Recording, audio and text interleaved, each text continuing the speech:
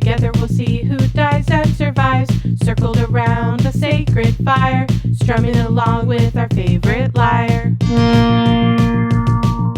Adventure called the quest awaits, your destiny's in the hands of the fates. But never fear, we're all friends here, we'll have your back when danger's near. Come with us through the pages as we unravel a tale for the ages into the Percy-Verse. Hello and welcome to the Percy-Verse podcast. I'm Alisa. And I'm Anna.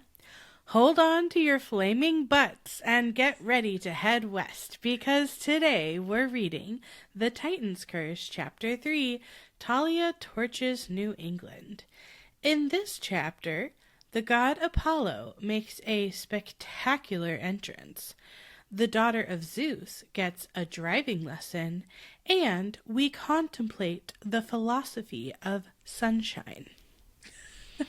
I love that. The philosophy of sunshine. Sunshine. That's one of Apollo's books, side projects. Yeah. Yep. Fully. For sure. So yeah, we start this chapter, pretty much where the still last sequential. One. Yeah. And we begin with Artemis's assurance that dawn is coming, even though Percy's like, it feels colder and darker and snowier than ever before. Yeah. But I love that's kind of like a little power that she has to tell when the night is ending and the dawn is coming. Totally. Also, it's a normal thing. I do think that sometimes sunrise can feel quite sudden in a way that sunset feels slower to me than sunrise. I agree. And Percy's taking in that Westover Hall is completely dark. There are no lights on, and he's wondering if anyone has even noticed that the D'Angelos and Dr. Thorne are gone, that all this has happened. And I do love that he has a moment where he's with my luck, Mrs. Gottschalk was only going to remember the name Percy Jackson, and there will be another manhunt for me. Another. I will be in the newspapers again. Yeah, which I'm then that's fair. I bet $20 on that. Yeah, he's not wrong. Yeah. He's not wrong. And so the hunters they've broken the camp just as quickly as they put it together, and Percy is there shivering, but kind of notices that the hunters don't seem to look uncomfortable at all. So that seems like another kind of ability that they get, with their immortality, they can kind of withstand the elements, which makes sense. If you're that's permanently useful. Camping, I was also thinking when we were reading that, because there's a lot of hot versus cold kind of imagery and experiences in this chapter, that Artemis being the goddess of the moon, nighttime is usually darker than daytime, or colder than daytime, rather. Yes, of course, darker, but colder than daytime. But also, that even it feels kind of like a cold thing, the moon, and the sun feels like a hot thing. So it also kind of makes sense to me that she would be associated with cold as well. Totally. Yeah. And Artemis is staring off to the east, expecting something, and Percy notices Bianca sitting off to another side talking with Nico, and Percy can tell from Nico's very gloomy expression that Bianca's breaking the news to him of her decision. And Percy has a lot of really, really strong feelings, for an only child. Judgmental moment here. Yes, he's got a lot of sibling takes for an only child, because it says, I couldn't help thinking how selfish it was of her abandoning her brother like that.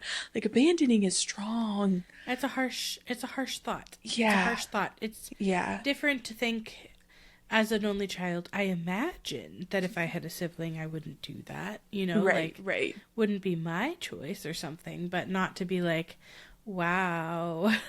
Yes. So selfish. Right. And Can't believe it. I was just listening to, as of we're recording this recently, That Was Us podcast did a chat Was Us episode, where instead of breaking down Cute. an episode of This Is Us, they were focusing in on like the theme of siblings and Oh, kind of cute. sharing like their own experiences with their own siblings and talking about sibling relationships in general. And they were really talking about, you know, sibling relationships are just as complex as any other, and sometimes siblings really get along, and other times like sibling relationships drift and you never really like find that closeness, and like some people don't have like completely any relationship with any of their siblings. And you know, I think I was really reflecting on that because I listened to that episode prior to like this chapter. And that I think they're like we kind of said in the last chapter, that it's very unique to find Bianca and Nico. It's really neat to have siblings in like of the same godly parent, you know, in this series, that I think the same godly and mortal, like together, right? Like that they are 100% siblings and not half siblings in that way. That I think it's interesting to really think about that. Like we have Bianca and Nico. Way later down on the line we will get Thalia and Jason, but they were separated so young, and that's very different. And so it's I think it's really interesting to kind of see. One of them is in the hunt. Apparently if you have siblings that are full related, one of them has to join Artemis's hunt. That's the so rule. True. That's funny. I kind of funny, right? That until now. Yeah. That is really interesting. But yes, we don't often get this particular relationship explored in the world of demigods, and I think for Percy, like, it's interesting because he probably wouldn't think the same thing if they were half siblings with the same godly parent but not the same mortal parent. And I do think I agree with you. It's interesting that for him as an only child, he is he's having such strong feelings about siblings. I think if I had to guess, it feels like it comes from his like no man left behind. I will save absolutely everyone works and into his everyone that I fatal flaw. love. Yes. And I think that's something that Percy could never imagine himself doing. So I think it will be very interesting. He does contemplate it for a hot second with Calypso, you know, like leaving it all behind. That's true. The more responsibility you get, the more pressure you might feel. Because the other thing is, he is the only child and of a mom who is wonderful. Obviously, we've discussed his stepdad ad nauseum, his original Smelly Gabe. In a way that, like, he did experience challenges, but he did not experience the burden of responsibility. Right. And so I do think there is a way in which he can't bridge an empathy to where Bianca's coming from in terms of the burden of responsibility that she has felt in this sibling relationship. Yeah. And the opportunity to feel like Nico is taken care of, and that she can also, like, have a family and feel... you know, related to other people and feel, you know, like, like she can be free in a way, like feel a sense of freedom, not necessarily free from Nico specifically, but just feel a sense of freedom and a freedom from that responsibility. And I don't think Percy yet has had enough experiences to relate to that, which is why I think your point about Calypso is like, at that point, maybe he's had enough feeling of responsibility, a sense of if he's the chosen one kind of thing. That kind of like, you know, would probably be more relatable. But in this moment, I just think he can't relate to Bianca as much. No, totally. Yeah, Bianca has had to be a full caretaker. And while Percy has, like, cared for his mom and supported his mom and, like, been like, I've got my mom's back, he never had to be a caretaker for his mother, you know. Which is good. For, like, we love that. But, But yeah, he maybe doesn't fully get it. The feelings Bianca's having. Yeah. But as all of that is happening, Thalia, Grover, and Percy do regroup.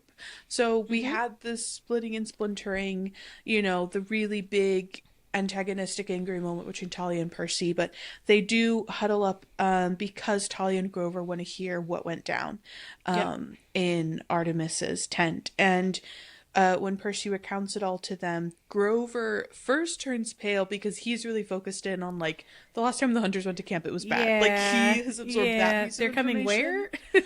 Yes. And is not excited about that. And then Percy's wondering, like, how the hunters even showed up there and found them.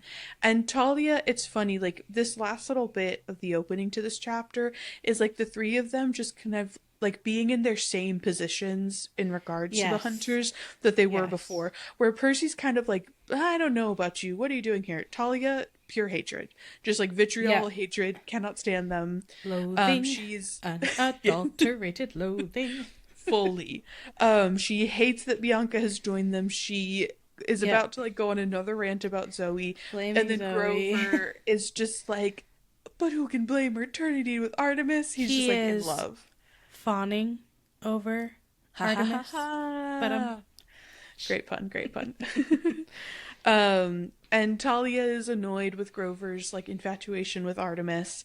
And Grover is just continually swooning over the fact that Artemis is so into nature. And we kind of close out the beginning of this chapter with that, you know, little kind of trio. Everyone's in their own. Yeah, we are a trio. Are we united? Not really. Right.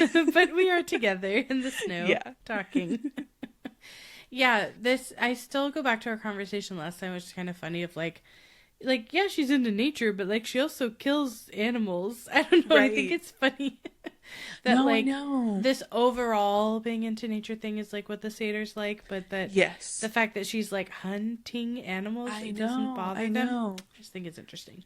No, I agree. It is really interesting, and I can't tell if it's, like, this, like, the satyrs kind of, like, choosing to overlook that piece of it, or again, if it's about respectfulness or about sustainability in it or something, right? Like, she's obviously not destroying nature. She's not working against Pan, and nature does have cycles of death and birth, and, you know, all the things. So, like, that's all part of the deal.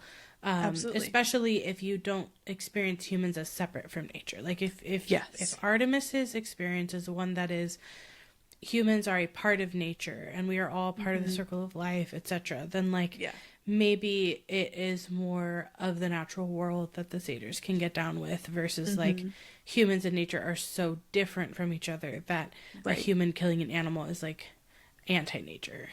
So that might be the way to make it work. Yeah.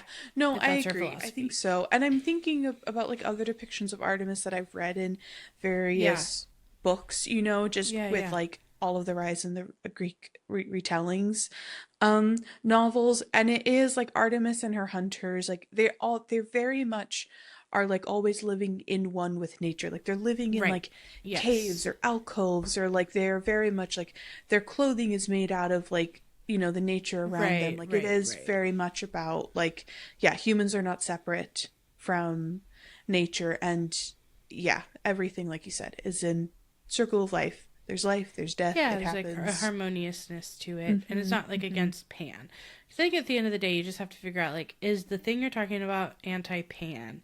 Right. And is Pan it like destroying the wild? And Artemis would not want the destruction of the wild. She, like, thrives in the wild. You hunt in the wild. Yeah, she hangs in, like, the closest thing we have to the wild today in these books. Yeah. So we get the sky lightning finally, and I am so psyched because I happen to love Apollo. So I was really excited for this chapter today. Yeah. And Artemis is also a little judgy. Everybody in this chapter is a little judgy. Yes. So we get the beginnings of the sibling rivalry, or we got a little hint last chapter, but we're really getting into it. With Artemis saying that Apollo is so lazy in the winter, which is a really funny reason for, like, the change in when you get sunset and sunrise. Yeah. I'm like, relatable. Like, if any god has ADHD, I think it's Apollo. Like, absolutely. I'm not sure how many of them do, but I think if anyone does, Apollo has ADHD. Yes. So they're waiting for the sunrise, and this is interesting because Percy thinks to himself, like, and I'm glad we get it clarified here because it is an interesting point in Greek mythology. Is it Apollo or Helios who does the sun? Because originally it's the god Helios who does the sun. And we do get Nico asking it later. So we will get this question answered, just not yet. And we also get, which, Nico's gonna ask this differently, but Percy's like, I know the sun is really a star a zillion Right. miles away. Zillion being a really precise measurement that is Yes. accurate. Incredibly accurate. Uh-huh, uh-huh. But it is funny to be like, every time we get this new, particularly if it has to do with something that's like a really big part of our lives as humans, we do need an explanation of like, okay, so what is the god's role here and what is science? Because these books aren't arguing that like science isn't real and it's all the gods. Right. It's arguing that kind of like it depends on how you think about it. Very like that Obi-Wan quote, from a certain point of view. Which I also like the setting up of it in this book. I do think, I don't know if Rick Riordan at this point was maybe already thinking up like the Kane Chronicles and Magnus Chase and all that too, but I do like his explanations for how these things work also allow for all of the other pantheonic and like religions and mythologies in general to exist, because it's all about like human conception of these if things. humans believe in these things, they still are around, they're relevant or pertinent to their lives, then they exist in a way. So I agree. I also think that's cool because he didn't, I'd love to know if he was already thinking about those books now or not, but whether or not he was, like, he didn't limit himself. Totally. He created a very expansive and inclusive world that allows room to grow, which is a good thing to do as an author for sure, especially if you want to write like a zillion books, which is also an exact measurement, just like the distance of the sun. But Artemis is kind of reading Percy's mind and is like, okay, it's not exactly what you're like, it's gonna be okay, there's an explanation that's gonna make sense. And then Percy starts to be like, so it's not like you'll pull up and then we get the burst of light on the horizon. And this was very interesting to me because Artemis says, don't look until he parks, which alerts Percy to what's going to happen. But I thought it just like put a little bit of a pricked my ear up, because we're not supposed to look at the gods in their true forms. Like, we already know of a time and a moment when you're not supposed to look directly at a god. So then it made me wonder, because then it's fun because as humans, like in our actual world, we're not supposed to look at the sun directly. Right. So then the question becomes, can we not look at Apollo till he parks because he's pulling the sun? Or because he has to use his true godly form, or he's choosing to use his true godly form when he like starts sunrise. Yeah. Do you know what I mean? No, I know. I had the exact same question and thought and literally like written down to ask that. Because, yes, I had the exact same thought process. And I do think it would make sense for it to be a like both and, that like he's in his true form when he is like pulling the chariot, like driving the chariot across the sky. And then also because it is the embodiment of the sun, that together they're like Apollo and the chariot are in their like truest forms, and that like the Maserati and then the shuttle bus are the same way that the gods go into their like, okay, now humans can look upon us form. Right, exactly. Like what I think it has to be is that he doesn't have to be in his true form to pull the sun, because we're about to have like Thalia drive the sun, right? Right. Or the bus, the chariot. But I do think it's like he probably just would default to it because like, that's way cooler when you're like bringing on the sunrise. Right. Just like be your true self. You know what I mean? Yeah. I love that we have the same question. I think, I think it's just a fun intersection of what things we're not supposed to look at. True forms of gods and the sun, and then it's all in one person. I agree. But we are all averting our eyes, and then the light and warmth is intensifying, and then we have the light dying. So it's also interesting, like, it was interesting as we we're going through this, that Apollo can, like, stop on his way and the sun will keep rising. But then also, like, while we're driving, we can actually affect, like, entire cities and lakes and stuff. So it's just interesting to figure out how this works.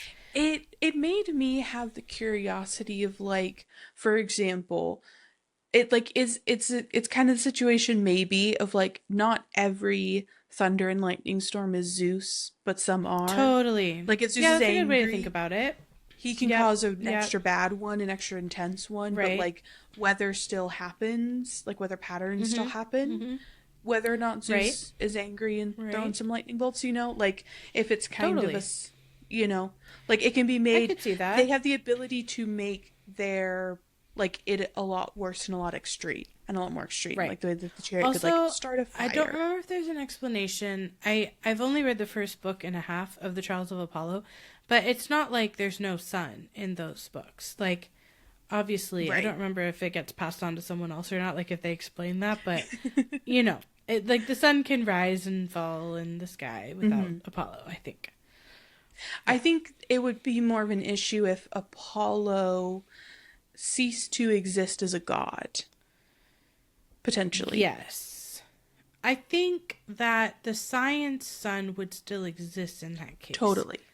But no one would be driving the sun across the sky. Which is like, okay, what does that mean? It's really interesting.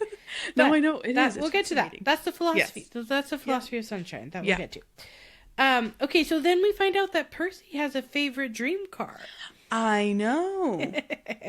Which happens to be a red convertible Maserati Spider.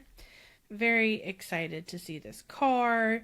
It's glowing because the metal is hot and it has melted the snow in a perfect circle. They're standing on green grass. The shoes are wet. We are like already, we're melting the snow. Yeah. We've brought the heat into the situation. We are already feeling so contrasting to Artemis. Yes. I will say it does. This is me going on complete New York City stereotypes. So, like, I am not saying this with any authority because I am not remotely from New York City. It just does feel funny for, like, a city that is notorious for, like, its public transportation and, like, having, like, so many adults who don't have driver's licenses because, like, they don't need them. Feels funny for a kid from New York City to be like, but I've got a dream car. Like, but I feel like that actually makes so much sense because you never get to ride in a car. Sure, like, you don't even have the Honda Civic that you're used to or something. Right. Like, all you can do is dream of driving because no one's ever going to even teach you how to drive because they don't drive. Yeah. So I actually think it makes a lot of sense. Okay. I see that now. You know? Yeah, See what I'm saying? See what I'm saying? Also, considering how precious Meligay was about his car, there could be an element of both Percy, like, imagining what car he would be precious about, honestly, and also, like, even in the city where you don't drive, there is a car that he could drive, and he knows he'll never get to drive this car. Right. So there's things. I think it kind of makes sense. Yes. No, I agree. But I see what you're saying. Thank you. I'm with you now. It all makes sense. Yep. So then Apollo gets out smiling. He looks about 17 or 18, so it's interesting that he presents himself as older than Artemis, but still younger than pretty much every other god we've seen except Hestia. Yes. Which I do think is interesting. And Percy has this moment where he feels like Apollo looks so much like Luke. Yes.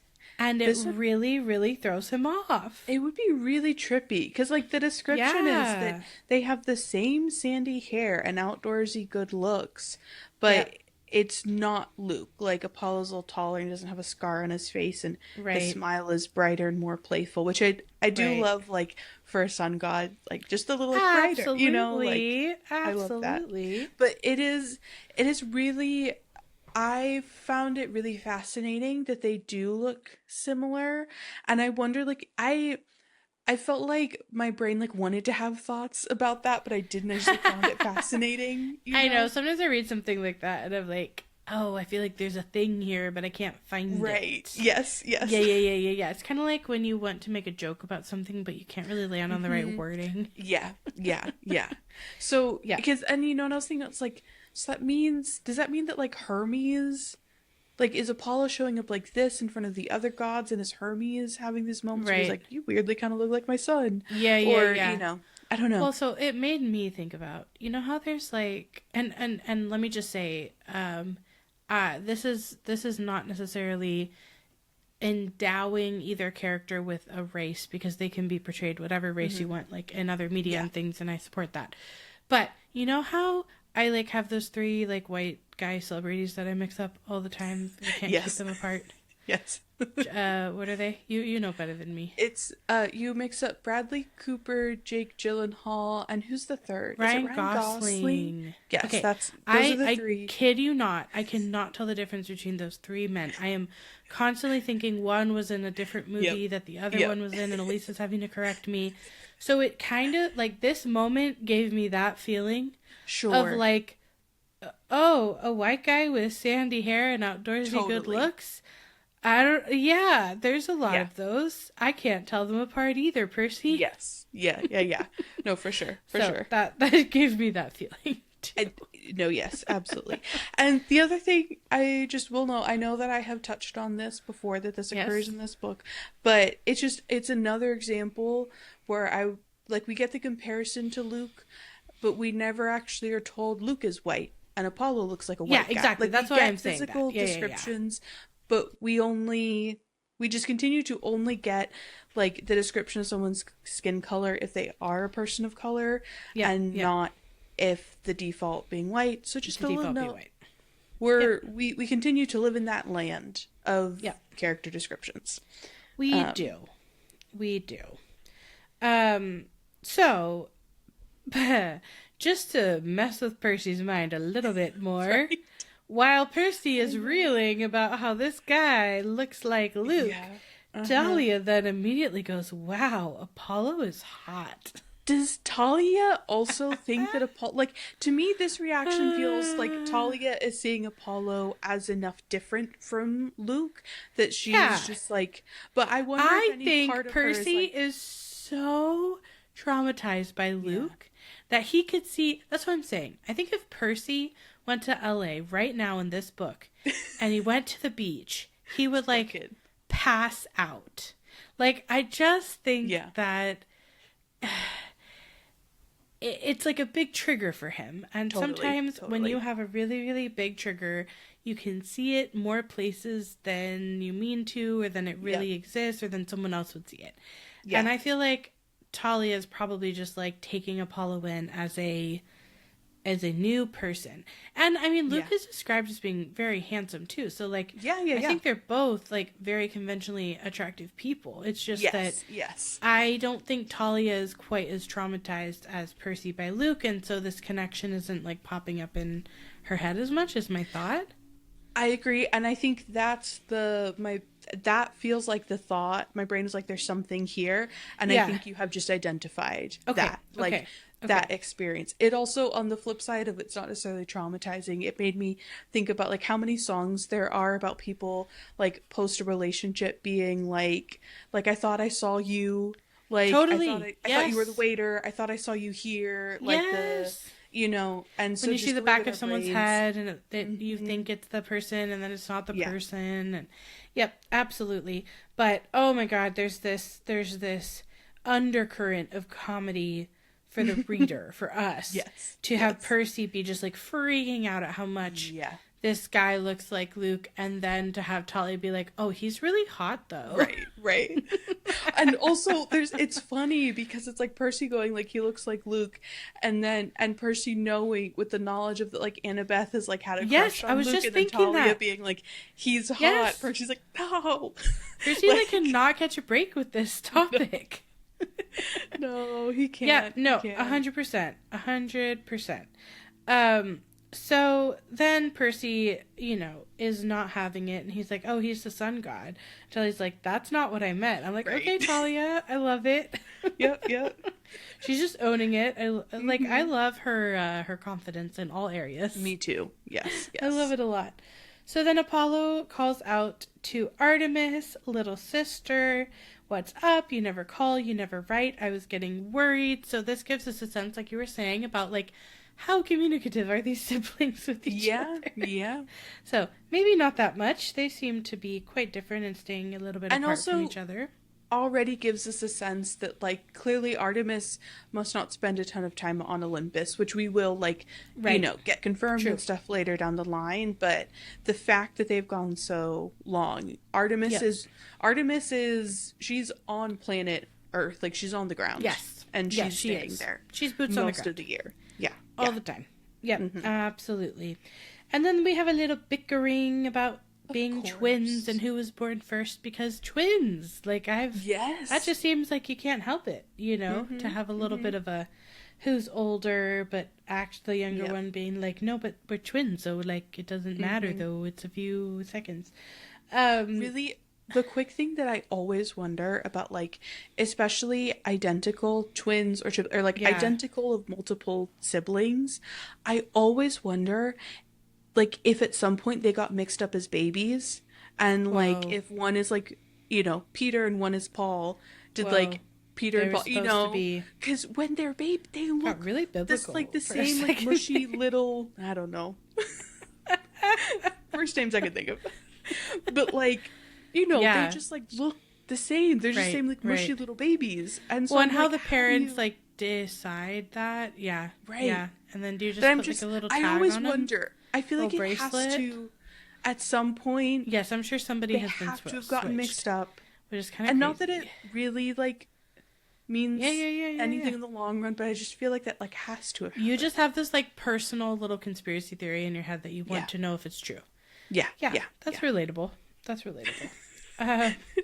In this case, I don't think they got mixed up. I think they're pretty solid in their experiences.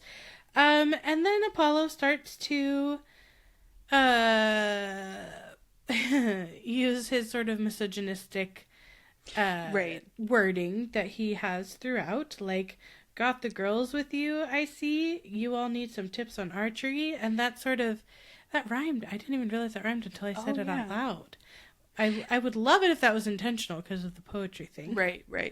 That is, I will say, one of my personal, and not even like gender identity stuff, like all of that aside, one of my personal pet peeves my whole life is when a group, like, girls are the girls and boys are always like the individual names. Like in every extracurricular I did, like adults, and there was like it happened in band, like in leadership, it was like the girls, like I was a drum major being referred to as like me and the other girl, like, oh, the girls, but then the boys who were drum majors were their names. And they wouldn't call them the boys.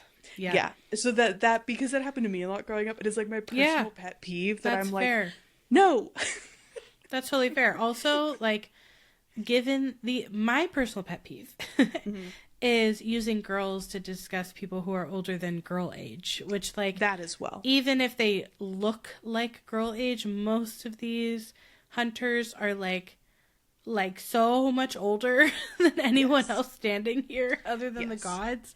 And he could have just said hunters. So there's gonna be things like this, and when I say I like Apollo, I don't like everything about Apollo, but I feel a kinship to the what I will call like Gemini energy of Apollo that I relate to and enjoy. Which, and I also Gemini twins, like, I know, I've thought about this, I know, and I like that he's just a little bit more fun than Artemis, I will say. Artemis, unhappy, is like, explains that she needs a favor, that she needs Apollo to take the hunters and also Percy and Thalia and Grover to Camp Half-Blood. And then Apollo feels a haiku coming on. And I'll ask your thoughts on this, but I'll read the haiku first. Okay. So the haiku, he says, is: green grass breaks through snow. Artemis pleads for my help. I am so cool. And then Artemis is like, the last line only has 4 syllables and suggests I am so big-headed, which Apollo then says is 6 syllables, and then ends up landing on it being I am so awesome with 5 syllables, with a bit of commentary with Zoe explaining that Apollo has been obsessed with haikus ever since he went to Japan, and it's at least better than when he was obsessed with limericks. All right, here's the thing I can never get over, and I want to find it funny so much and I can't, is that Apollo is genuinely the god of poetry. Right. You like, he actually is. But not on the podcast, I don't think. No, not on the podcast, but okay, to me. So, like, he is, and this is going to be an issue if and when we read the Trials of Apollo here. Like, Right. he actually is the god of poetry. And Right. I don't think there's any other god who is the god of something who is bad at the thing they're supposed to be the god of in any other Right. Percy Jackson book. Because he is good at music. Yeah, he's good at everything else he's supposed to be good at, and maybe that's the joke. I don't know what the joke. I don't get the joke. I don't... Sure. I don't know why he's bad at poetry. I don't know if Rick Riordan didn't want the pressure of having to write, like, good poems. But I'm just like, why? And, you know, what is a good poem? I mean... No, but they're, like, explicitly meant to be bad, though. But, so I did do I mean, at least in the later ones. I did do a quick Google. Okay. Regarding, like, who really is... whose primary domain. And okay, is poetry. Because he is sort of a catch-all for a lot of things. Right. And so the muses, the one muse, I know I'm mispronouncing this, Calliope, it's spelled Calliope. Yeah, it might be it could be that you have to pronounce the E like Calliope, but I'm not sure. Absolutely no clue. Apologies to all Greek people. To the country of Greece, I issue a formal apology for pronunciation. Kind of a blanket for all these episodes. Yeah, this works like into the future, right? I'm really so sorry. Yeah. But she, according to, again, my favorite source on the internet, Wikipedia.org, she is the muse who provides over eloquence and epic poetry. Okay. So I do not know. To me, I've always been like, it's a fun bit. I've always associated Apollo so much more with archery and healing and then like music that I have never been. Okay, so maybe it's because it got wrapped. I don't. But we both write poetry. It's not just because I write poetry. No. I was like, it's part of why it bothers me. But yeah, maybe it's because it got part of his catch-allness, and it's not one of his main things or something. Right. It's just a side rant. It's just a thing. We are all entitled to have the little things in life that bug us, and you know, we'll just add it to, you know, in addition to being an Annabeth truther, you also you know, we'll come up with our name for this one, but you know, we all have our sticking points. We all have our things. Yes, I appreciate being accepted for all of my things. I see you and I accept you. Thank you for that. Okay, so that being said, now that we've got the final line of the haiku in place, we are talking about how we're going to get there, because this Maserati is not necessarily equipped for this many people. It's quite a few people. And so we are starting to review who is in the group that he will be taking. And he specifically looks at Thalia and is like, oh, I've heard all about you. You're Zeus's girl. Thalia is blushing. And we get this, used to be a tree, didn't you? Glad you're back. I hate it when pretty girls turn into trees. And I'm like, again, problems. So many problems. So we don't like that. If it had just stopped at like tree, or I hate it when people turn into trees. Right. But so many layered problems. Yeah. He starts to reminisce in the past, and Artemis is like, you gotta go. I'm so over you right now. Yeah.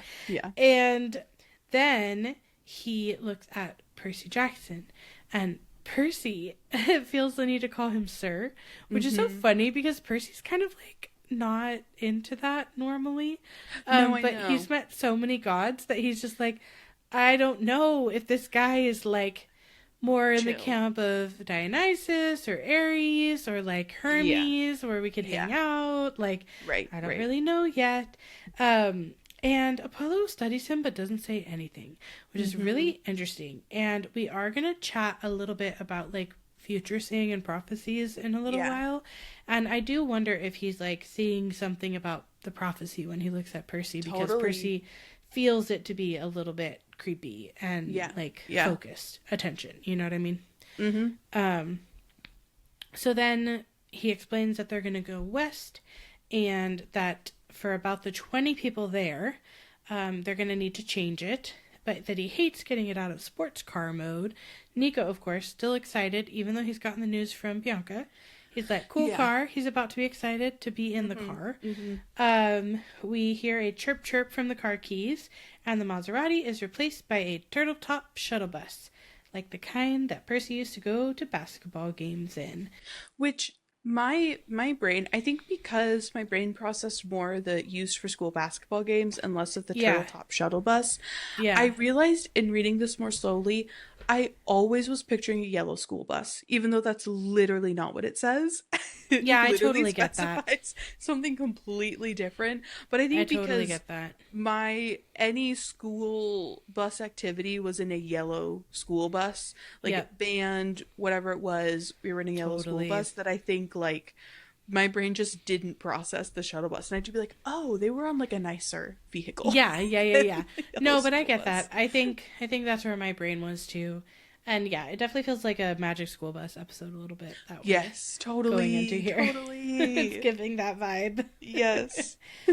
So as the hunters are going in, they are not excited to be in a car with boys, blah, blah, blah. They move to the back. They're like, oh no, you have cooties. There is a really, the thing that made me feel was reminding me of our cult discussion from the last chapter. Yes, true. Was as they're like loading everything in, and Apollo is again gross, boo, bad. He's like, here, sweetheart.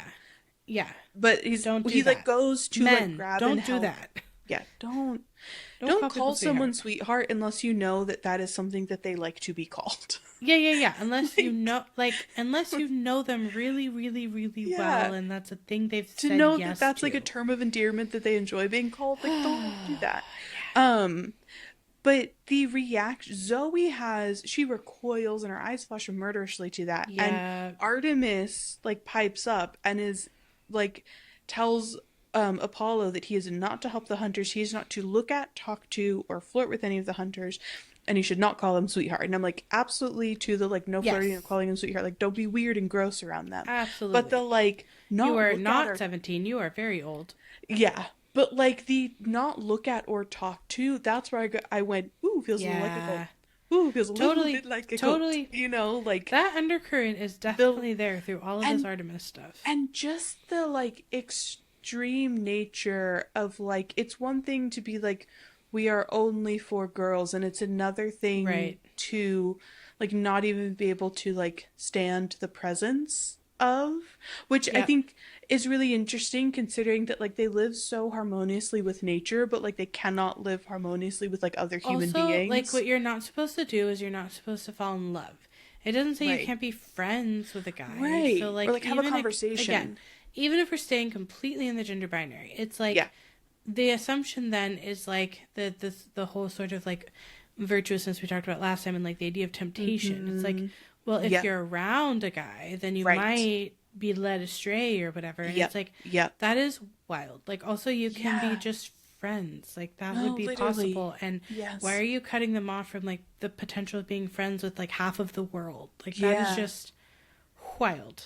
So I agree. That undercurrent definitely keeps moving through it. And is like that piece about temptation that you were just saying, like reminds me of the way that like, especially in like ultra like fundamentalist Christian in fundamentalist Christianity, like it's like the temptation is there, like you can't even be in the same room or you're just gonna like rip your clothes off and you know, and or like it's you can't see shoulders, or you can't like, because otherwise you wouldn't be able to control yourself. You could just be a human being. Like, it's this weird like very twisted way of looking at interpersonal relationships that just like doesn't allow for like friendship to exist. Well, and it's a like hypersexualization of human bodies too, right? Because there's this interesting contrast in a lot of high demand religions that have this kind of purity culture where it's like sexuality and sex is demonized, but then also they hypersexualize people. Right. Yes. Yes. And it's like really problematic. Yeah. Yeah. So yeah, it feels like that is very much also showing up here. Yep. Absolutely. So then Apollo is asking where Artemis is going, and we get this like none of your business hunting. Like she is headed off, and she tells Zoe that Zoe's in charge of the hunters now, and to do as she would, which Zoe's like totally equipped and on board for this. Yeah. Like, very much the lieutenant of the group. And then Artemis kneels and touches the ground as if looking for tracks. And then she says, "So much danger, the beast must be found." So we do get like a little bit of an ominous, exciting like exit for Artemis. I do think is really kind of funny considering who/what the beast is. Yeah. Like, it's so ominous. Like, I remember reading this book and being like, oh my god, what is it? Like, it what honestly, is this? The vibe it's giving is like in Heroes of Olympus when it's Orion. Like, that's what you would think this is. Yes. And it's not. It's not. It's not. It's not. But it's fun because we have... this book in so many ways does, like we've talked about, ups the stakes. People can disappear. People can die. Yeah. Like, things are happening. But then I love that we kind of get, like, a plot twist of, like... But sometimes a monster is just kind of like a friendly little dude. Just a sweet little thing. Yeah. And that's like, I don't know. Yeah, I love that. I do love that a lot. Yeah. So, and that feels like it's true to the series. Like, we got to keep it, even when we up the stakes, we still keep it a little light, you know, as we're going through. Yeah. So, Artemis is sprinting to the woods and melting into the snow and shadows. So, she does get really cool descriptions. Yeah. And then Apollo turns and grins, jangling the car keys on his finger and says, "So, who wants to drive?" It's he has big, young, irresponsible uncle energy. Absolutely. That's such a good way to say that. Like, that is who I feel Apollo is. Yeah, like when you're younger, it's like who you want to come around because he's fun. Right. But the parents are a little bit reticent, a little concerned. Yes. You know, don't let the kid drive the Maserati kind of feelings. Right. Yeah. Yes. So yes, this is when we get the hunters literally cram like so far in the back that they're as far away from everyone else as humanly possible. Bianca goes with them, and Percy has another moment of being like, I don't, he's kind of like, okay, like, I guess. Like you love Nico. Yeah, and so Nico's hanging out the front with everyone else, but Nico, again, he is still like, all things considered, having the time of his life. Like, got news about his sister. Very enthusiastic. Yes, he has not lost the excitement about everything, and he's just like, he's in the driver's seat jumping up and down, being like, is it the sun? And this is where we start to get our explanation of everything, because Nico asked the direct question, like, I thought Helios and Selene were the sun and moon gods, like, what's up with that? How come it's you and Artemis? And this is where Apollo explains it was downsizing, which is funny. It's like very bureaucratic, like... you read that and you're like 10 and you're like, yeah, sure, that would make sense to me in a broader context. It very much is like reminds me of like Phantom Menace, like all trade negotiations. Trade negotiations in the Senate for kids. Yep. For kids, which, hey, as a child, loved it. Gotta say, it hit for me. You're like, it worked. It was fine. Worked. I had a great time with the trade negotiations in the Senate. All the YouTubers are wrong. They are wrong. The prequels are incredible. Okay. Ooh, the hot takes we didn't know we were getting today. And Apollo explains that the Romans started the downsizing. It's funny, he says it as they couldn't afford all those temple sacrifices, which I know. Famously, the Roman Empire, like, one of the largest empires. Famously, expansively wealthy. Right. Yeah. Yes, I know. And so they laid off Helios and Selene and folded their duties into Apollo and Artemis, and that's how they got their responsibilities. Yep. And then Nico asks, like, how does this work? I thought the sun was a big fiery ball of gas. And then Apollo cracks a joke about, like, it's because Artemis used to call me that when I was a baby boy. I think Nico asked this because Nico has seen The Lion King. Because the phrase big fiery ball of gas 100% made me think of Lion King, like, right off the bat. Sure. It is interesting, though, because they would have gone in prior to The Lion King's release. So I guess, if we are saying you got it from The Lion King, they've watched it within the past year. True. But maybe they were catching up. Yeah, maybe. On Disney movies. Yeah. But this is where we get our, like, real philosophical explanation for it. So, Apollo says, like, do you want to talk astronomy or philosophy? So there's this recognition that, like, again, astronomy science is real. Like, the sun exists in our solar system.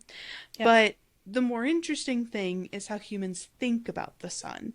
Like, humans have a lot riding on it. Keep them warm, growing crops, powering engines. And he explains that his chariot is built out of human dreams about the sun.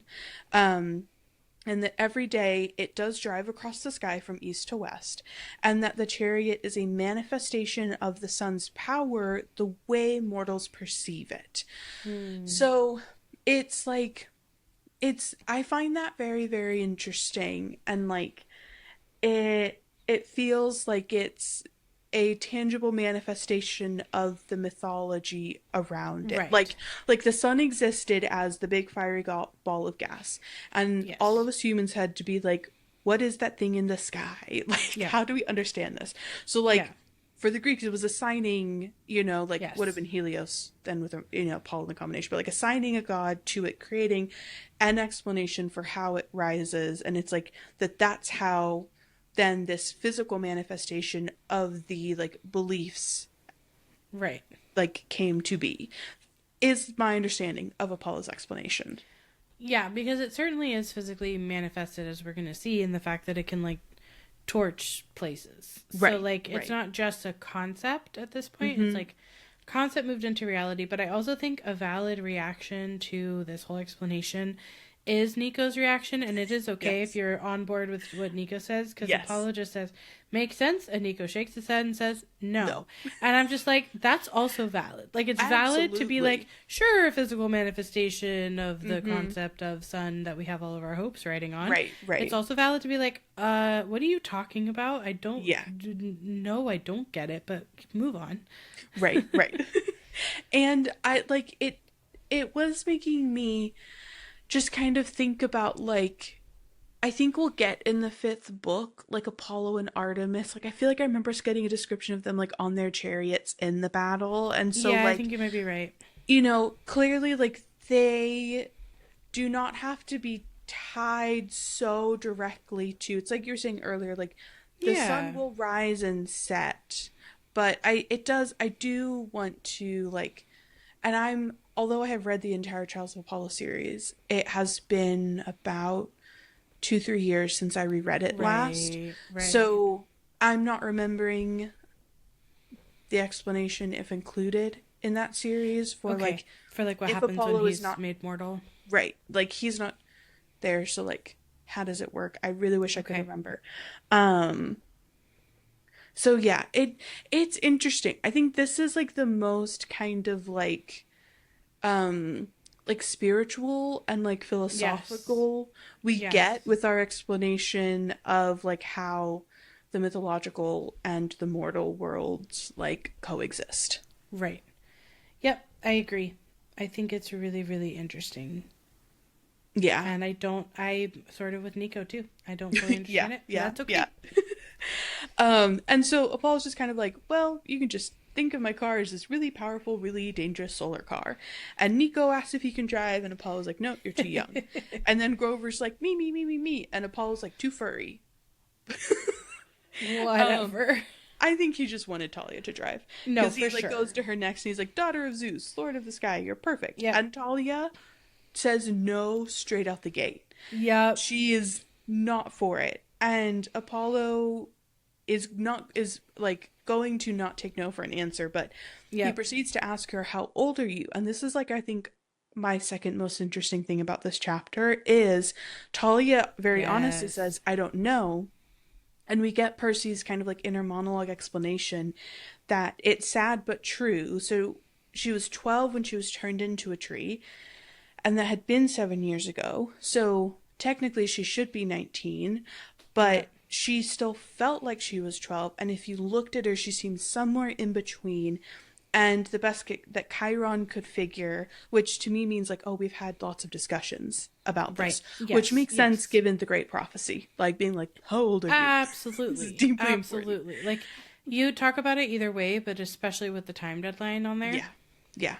And so Chiron is kind of guessing that she had been kept aging while in tree form, but much more slowly, which then I was like, we have been asking this whole time, like, where did she exist?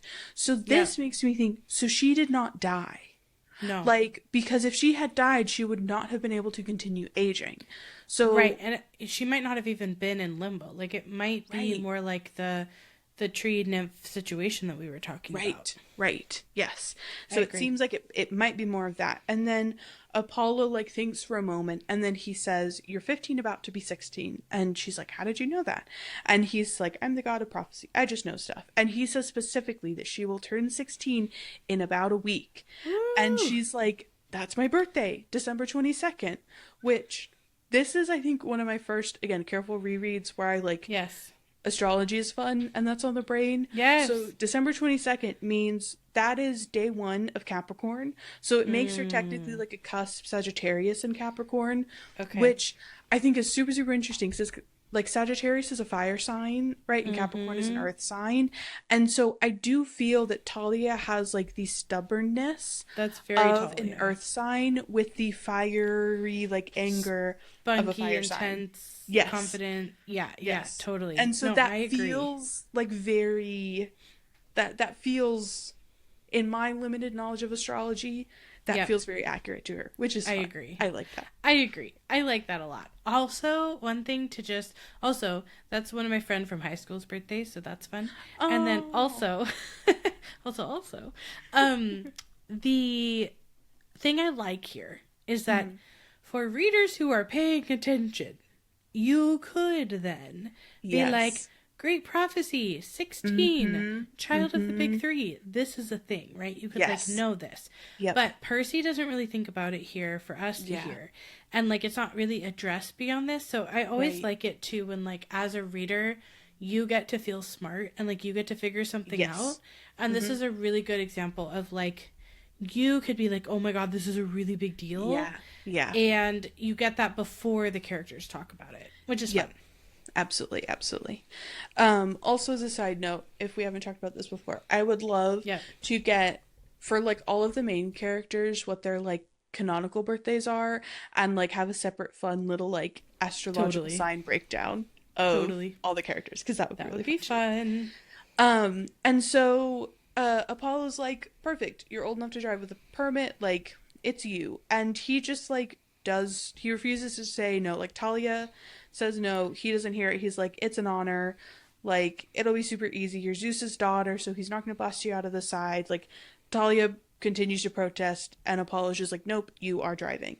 And he hits a button that like pops up a sign that says warning student driver, and I love the little note that Percy's like, I had to read it backwards, which for a dyslexic really isn't that different than reading forward. And Apollo tells Talia to take it away, and that she's going to be a natural, which she is not. Not to be at fair, all. Driving a car on the ground, very different from driving a car in the sky. Yeah, I would imagine. Also, there's a little bit of information we're missing about Talia Right. as a character. And like one of her That greatest will fears. Definitely come into play. But I have a question here. Mm-hmm. Do you think Percy is allowed to fly in the sky because he's with Apollo? I don't think so. I think Zeus would take offense to that. So why is Percy here? No. I don't mean drive. Percy is... Oh. When Percy goes on a commercial airline, Right. he's not the one flying the plane. That's not the problem. Yeah. I agree. Zeus wouldn't like it if Percy flew the chariot. Oh, I think the I'm reason it's saying- fine yes, is because it's Apollo. I think that's the He's reason with why. Apollo. Yes, he is not getting blasted out of the sky. Because we, like, found a loophole. This is a loophole. Yes, absolutely. Like, Percy's yes, allowed to fly, maybe, if he's with another god, maybe. It still feels kind of dicey to me here. Oh, no, I agree. Yes, Yeah. it does feel dicey. I do think it's just the Apollo of it all. And the fact that he's not driving. I think Zeus would shoot them out of the sky if Percy were driving. Which Apollo kind of says in a little bit. Yes. No, I agree. So Percy is jealous that he is not the one driving. He just, like, can't wait to start. And he's only done it a couple times with his mom in Montauk. And, you know, he's like, yeah, that was, like, a small, compact Japanese car, and this is a sun chariot, but, you know, they're like, basically the same thing, right? Love that we get the specificity that Sally drives a Mazda. We don't know exactly which Mazda, but love that we get, you know, some specificity there. The specificity. And then Apollo explains that the way that this works is that speed equals heat. So, however fast you're going is however strong the heat's going to be. This will be very, very relevant to what actually happens. So he suggests that Thalia start slowly and get a good altitude before really going in the accelerator. Thalia is gripping the wheel so tight that her knuckles are turning white and she looks like she's going to be sick, which really are all signs. Just not what you want to see in your driver, particularly not if you're a sun chariot driver with 20 people in the back of the bus. She's really shakily saying nothing is wrong because Percy is actually asking, which I do appreciate that Percy like picks up on this and asks. Like, that's a good thing to do as a friend. Yeah. And then we get the first of many times that Grover and Percy are going to be thrown around this bus. Yeah. So Thalia pulls back on the wheel. It tilts and they lurch forward. And then they're crashing backward. Apollo says slower. And then Thalia, what she likes to say, sorry, I've got it under control. And she keeps saying that she's got it under control. And then clearly not having it under control. We need a different mantra. We need a different affirmation. Because this is not it. Like, we definitely need a different affirmation. Yeah. We need to find something that is actually calming, right? And grounding. Not just like, she's just maybe lying a direction. to herself. She's absolutely lying to herself and everyone else. Like, I would suggest maybe something of like, I am capable. Like, I can face my fears. You know, something that's kind of like... My foot is not lead. You know, something like that. Yeah. Okay. Yeah. So, we look back and we see a smoking ring of trees from the clearing where we've taken off. Really not great. Percy's suggesting that Thalia lighten up on the accelerator. Talia's like, again, I've got it, Percy, but like floored, 100% floored, and we know speed equals pedal to heat. The metal. We're not. Let's remember this. So then, and then I love this note that she's so stiff. She looked like she was made of plywood because it's another tree reference. Love it. So then Apollo's like, we need to veer south for Long Island, hang left. Thalia throws us against the wall again, but in the wrong direction because not the wall, the door or whatever. Because Apollo says the other left, so she is so turned around. Yeah. That like she doesn't even know her. Like we don't have any indication, I don't think, in any of the books that Thalia otherwise doesn't know her right from her left because that is like a thing that can happen to people. Yeah. But that's just like can be part of your brain. But I don't think that's the case. I think she's just really thrown off here and she's like isn't listening. No, this is like she is so terrified that like she is just like in her lizard she's brain like so frozen. Activated. Yes, 100%. It's just like not able to compute anything at all. I think that is probably good analysis that she's like in a freeze response right now. Yeah. So then she jerks the wheel again and we are at airplane height now. Like every once in a while flying in an airplane I will get a little anxious still just about the fact that I'm like flying in an airplane in the sky. Like it's kind of crazy. Never been on an airplane without getting that anxiety. Okay, that's the difference between someone who has anxiety and someone who has other problems. Right. But I will still occasionally get that like experience of anxiety, but this is a whole other level because we are on a bus. But what this made me really curious about and Thalia's driving. No, I know. But where it says we were at airplane height now, so the sky was starting to look black. Yeah. And, like, because Cape Cod, like, she needs to go a little lower because Cape Cod is freezing over. Yes. So then I Yes. was like, so at what height is Apollo normally driving the chariot across the sky? It seems like not so as high as lower than airplanes, airplane height. but yeah, but not as. But he's not, like, taking out the birds. No, I don't think so. Somewhere Like, in my brain, but I think it's just because I'm thinking about, like, the actual heat of our real sun. I'm like, he would need to be, like, close to the atmosphere, like, way, way high up there in the atmosphere. Yeah, like... yeah. But I think that's the difference between, like, the human conceptualization of the sun and the scientific sun, right? Yeah. Because I also think, in a way, it's like we need to be able to see Apollo across the sky. Right. And we can see planes, but they're not that big, so... Yeah, that's true. Okay, I get that. Yeah. That's my thought. So Thalia tilts the wheel because, yes, Cape Cod is freezing over, but we kind of overcorrect a little bit. The bus pitches down. Somebody screams. Of the 20 people, just one. Impressive. I think a lot more people would be screaming. I would be. They're beelining toward the Atlantic Ocean at 1,000 miles an hour. Oh my gosh, and it's getting hot on the bus. Okay, I just had an idea. So, because Percy Jackson is a Disney property, and Disney properties are at, like, Disneyland, Disney World, etc., and they have rides. Ooh, this would be a good ride. A roller coaster. The Sun Chariot roller coaster. Thalia driving the Sun Chariot roller coaster. That's fun. And it's just vroom, vroom, vroom, and Apollo does, like, the pre-video. Yep, that's fun. So I love that. My pitch to Disney. I like it. Make a Percy Jackson ride. That'd be fun. Yeah, come on. Let's go. Get on it. Yeah, I think that's a great one. And it would be unique because everyone would expect, like, a water ride. Right. But it's not. not. Ride love. I mean, it would also be fun to have both. You could make it a ride that ends in the water. Because they do end it in the water. So it could be, like, a roller coaster that then, boom, you end in big splash. You at the end. Yeah. Very true. Yes. It would be funny to have, like, Apollo's commentary, too, like, coming through the speakers the whole time. It's like, because then you go fast, it's like, let up, and then, we're burning this, and we're freezing that. That would be really funny. Yes, I agree. I'm not a huge roller coaster person, because I get pretty bad vertigo, but I would love to see this in real life.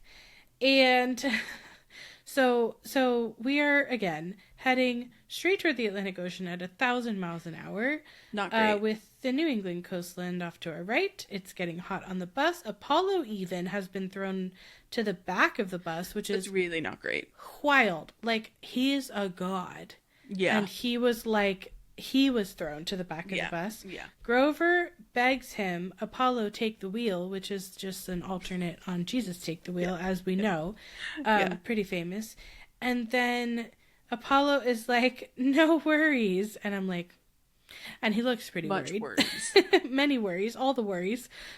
She just has to learn, whoa, and then, below us. And I just, as I'm going to read this, I want you to picture that you live in a little New England town, and that one day you wake up to a beautiful snow-covered village, and then this happens. Right. The snow melts off the trees and roofs and lawns. The white steeple on your church turns brown and starts to smolder. Yikes. Little plumes of smoke like birthday candles pop all over the town, and the trees and rooftops begin to catch fire.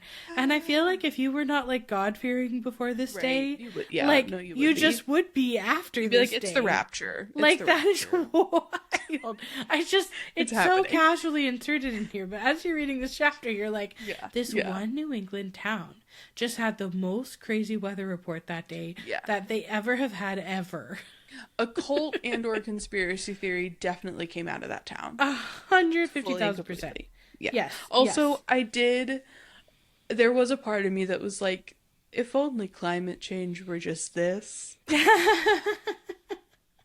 it's sadly not better in our driving. World. Yeah. But if only that were just climate change. Yeah. No. Sadly not. So yes, Percy's like, Thalia, pull up. There's a wild light in Thalia's eyes. She yanks back the wheel. Percy holds on. They zoom up.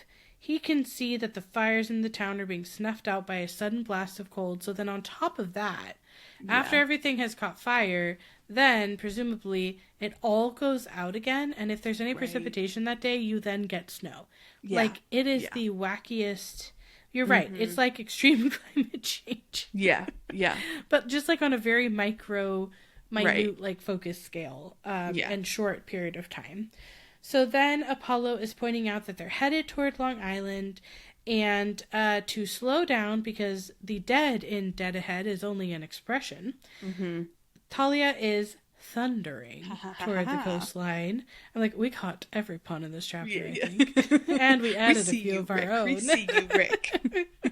It's appreciated. Camp Half-Blood is there, and then you're kind of like, you've seen what she can do, and you're like, okay, please don't explode Camp Half-Blood, please. It's like last time the hunters burned down the cabins, this time you're like, this time Thalia did. She's just gonna burn down all of camp. That's why she had to become a hunter. Yeah. That's what hunters do. They burn down the cabins. So then we get a view of the valley, the woods, the beach, the dining pavilion, the cabins, the amphitheater. That means we are close. And Talia's got her really unuseful mantra of I'm under control, I'm under control. Obviously not under control. We're a few hundred yards away now. Apollo says break. Thalia just says I can do this. Thalia. Apollo says brake. Thalia slams her foot on the brake. The sun bus pitches forward at 45-degree angle, slamming into the Camp Half-Blood canoe lake with a huge floosh. Steam billows up, sending several frightened naiads scrambling out of the water with half-woven wicker baskets. The bus bobs on the surface along with a couple of capsized, half-melted canoes, and Apollo, with a brave smile, says, well, you were right, my dear. You had everything under control. Let's see if we boiled anyone important, shall we? Don't lie to her. Oh, yeah. Yeah, we make and it, that but is barely... how we end chapter 4. And I'm like, there would be broken bones out of, like, it pitches to a 45-degree angle, like... We would have injuries after Absolutely. This. We were all just plastered against like the front windshield, like a reverse Bugs on the windshield, but it's just all of the passengers. Yep. Yes. Yeah. Wild. Oh, a definitionally wild ride. Absolutely, fully. Yep. But the wild ride that brings us to the end of this chapter, which and brings us to Camp Half-Blood. I know. We have arrived finally. After 4 pretty packed chapters. So much new stuff. Yes.